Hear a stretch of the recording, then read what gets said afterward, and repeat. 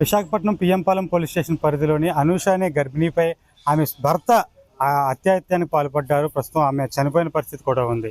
ప్రస్తుతం ఇది విశాఖపట్నం నగరంతో పాటు చుట్టుపక్కల ప్రాంతాలన్నింటిలోని సంచలనంగా మారింది. అసలు ఏం జరిగింది?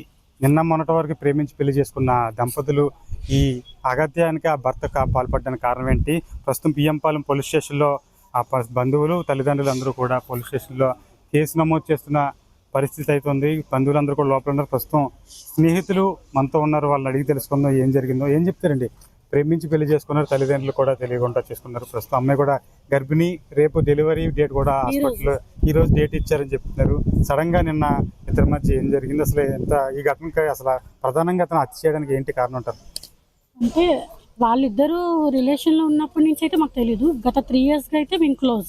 ఈ క్లోజ్ టైంలో ఏంటంటే మేము అబ్జర్వ్ చేసింది, తను చాలా మంచిది, బ్యాక్గ్రౌండ్ ఎవ్వరూ లేరు. డాడీ చనిపోయారు, మమ్మీ అంటే ఇంకా బెడ్ మీదే ఉంటారు. మమ్మీ, అక్క, బావ, అంతే. తన ఫ్యామిలీ అంతా, తన ఉన్న సరౌండింగ్ అంతా తినికి చాలా పలుకుబడి ఉందని మాకు ముందు నుంచి చెప్పుకొస్తుంది. ఒకసారి ఏమైందంటే బెంగళూరులో ఉన్నప్పుడు వీళ్ళు తనకి అబ్బాయికి, గణేష్ అనే అబ్బాయికి మ్యాచెస్ రావడం, నాకు మ్యాచెస్ వస్తున్నాయి మనం చేసుకుందామని అదొక టార్చర్గా పెట్టడం. అప్పుడు ఆ టార్చర్ని సరే ఇంకేం చేస్తామని ఇంట్లో తెలియకుండా, ఇద్దరింట్లో తెలియకుండా డిసెంబర్లో మ్యారేజ్ చేసుకున్నారు. ఇది చేసుకున్న తర్వాత కొన్ని రోజులు మళ్ళీ ఇష్యూస్ వచ్చాయి.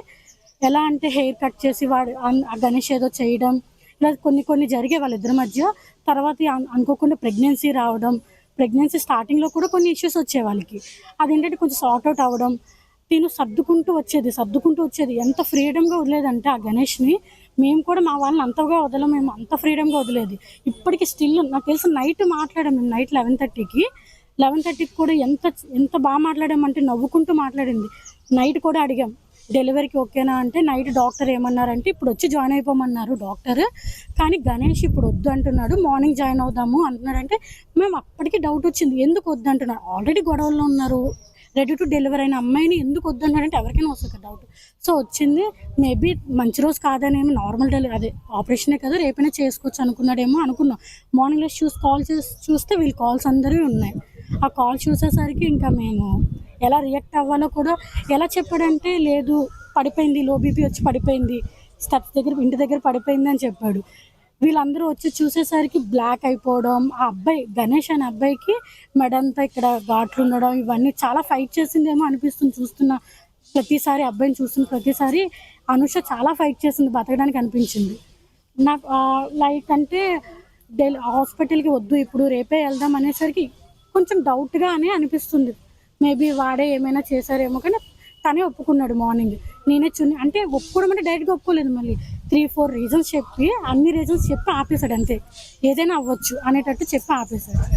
అంటే వాళ్ళ ఇంట్లో తెలియకుండా పెళ్లి చేసుకున్నారు, ఇప్పుడు కూడా అబ్బాయి ఇంట్లో తెలియదని చెప్పి తెలుస్తుంది. రీజన్ ఏంటి తెలుస్తుందంటే అబ్బాయికి బ్యాక్గ్రౌండ్ ఎక్కువ.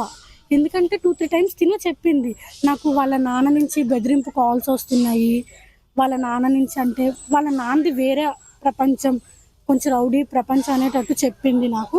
చెప్పడం అయితే అందుకే భయపడి మేము చెప్పలేదు అంది. ఫస్ట్ అంతా అబ్బాయి ఏం చేశాడంటే, వాడు గణేష్ అనే అబ్బాయి NCCలో జాబ్ అంట. గవర్నమెంట్ ఆఫర్ లెటర్ వచ్చినాక మనం చెప్పుదాము ఇంట్లో ఒప్పుకుంటారని, లెటర్ వచ్చినాకేమో ప్రెగ్నెంట్ అయ్యింది కదా, అదే సెకండ్ పీరియడ్లో ప్రెగ్నెంట్ కూడా అయింది. ఇప్పుడు చెప్తే కాదు, కొంచెం ప్రెగ్నెంట్ అంటే డెలివరీకి ముందు చెప్తే కొంచెం ఇంట్లో ఒప్పుకుంటారు అనేటట్లు ఉంచాడు. లాస్ట్ వరకు, మొన్నటి వరకు అలానే చెప్పింది, చెప్తాము ఇంట్లో చెప్పేస్తాము ఒప్పేసుకుంటారు అనేటట్టు. అంటే అబ్బాయిని అంతగా నమ్మింది, లాస్ట్ మినిట్ వరకు నమ్మింది. హాస్పిటల్కి వెళ్ళారా? చూసారు మీరు అసలు బాడీని? చూసాం, మేము హాస్పిటల్కి వెళ్ళి బాడీ చూసాం.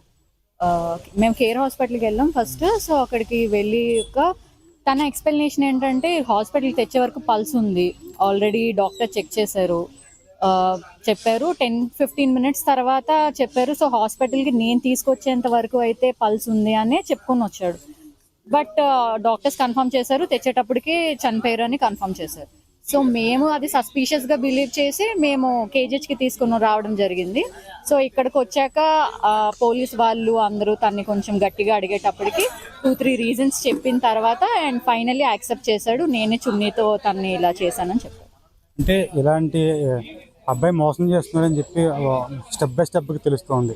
సో అమ్మాయి ఏమైనా ఎప్పుడైనా ఫోన్ చేసి నేను మోసపోయాను అనేది మీకు ఏమైనా చెప్పినట్టు ఏమైనా? లేదు, అంటే మోసపోయాను అని ఏం చెప్పలేదు డైరెక్ట్గా. బట్ అంటే చిన్న చిన్న ఇష్యూస్ వస్తున్నాయి, గొడవలు వస్తున్నాయి, వద్దు అనుకుంటున్నాం అని కొన్నిసార్లు మాట్లాడిన సిచ్యువేషన్స్ ఉన్నాయి. బట్ వైఫ్ అండ్ హస్బెండ్ మధ్యలో కామన్ కాబట్టి సార్ట్ అవుట్ చేసుకుంటూ వచ్చారు. బట్ ఇంతలా చేస్తాడని మాత్రం మేము ఎక్స్పెక్ట్ చేయలేదు. పోలీస్ స్టేషన్కి వచ్చారు కదా, కంప్లైంట్ ఇచ్చారు, ఏమంటున్నారు? ఇంకా లోపలికి వెళ్ళాలి. మేము ఆల్రెడీ మా ఫ్రెండ్స్ వేరే వాళ్ళు వచ్చి కంప్లైంట్ చేశారు. సో ఒకసారి వెళ్ళి చూడాలి లోపలికి. ఇది మొత్తానికి అయితే అనూష గర్భిణీశ్రీ ఈరోజు డెలివరీ ఉన్నది. చక్కని పాప పుట్టాల్సిన పాప బాబు పుట్టాల్సిన ఆ పరిస్థితి. కానీ భర్త ఎముడై పాపం వాళ్ళందరినీ ఆమెని చంపేసిన పరిస్థితి అయితే ఉంది. బంధువులందరూ కూడా చాలా విషాదంగా ఉన్నారు. స్నేహితులందరూ కూడా హైదరాబాద్, బెంగళూరు, ఆమె గతంలో ఎక్కడైతే పనిచేసిందో అక్కడి నుంచి అందరూ కూడా ప్రస్తుతం ఇక్కడికి వచ్చారు. మార్చిరీకి వెళ్ళారు. ప్రస్తుతం మృతదేహం అయితే మార్చిరీలో ఉంది. రేపు మృతదేహానికి పంచనామా చేసి అక్కడి నుంచి మార్చిరీని బంధువులకు అప్పగించే పరిస్థితి ఉంది. ప్రస్తుతం బంధువులందరూ కూడా పిఎంపాలెం పోలీస్ స్టేషన్లో కంప్లైంట్ ఇవ్వడానికి వచ్చారు. దీని మీద సరైన విచారణ చేయాలంటూ పోలీసులను అయితే విజ్ఞప్తి చేస్తున్నారు. అసలు దీనికి కారణం ఏమిటి? కావాలని చంపేశారా? ఎంత మోసానికి బొడిగట్టిన అతనిపై చర్యలు తీసుకోవాలంటూ బంధువులు, స్నేహితులందరూ కూడా పోలీసులకు అయితే విజ్ఞప్తి చేస్తున్నారు. కెమెరామెన్ రాముతో మహేష్, బిగ్ టీవీ, విశాఖపట్నం నుంచి.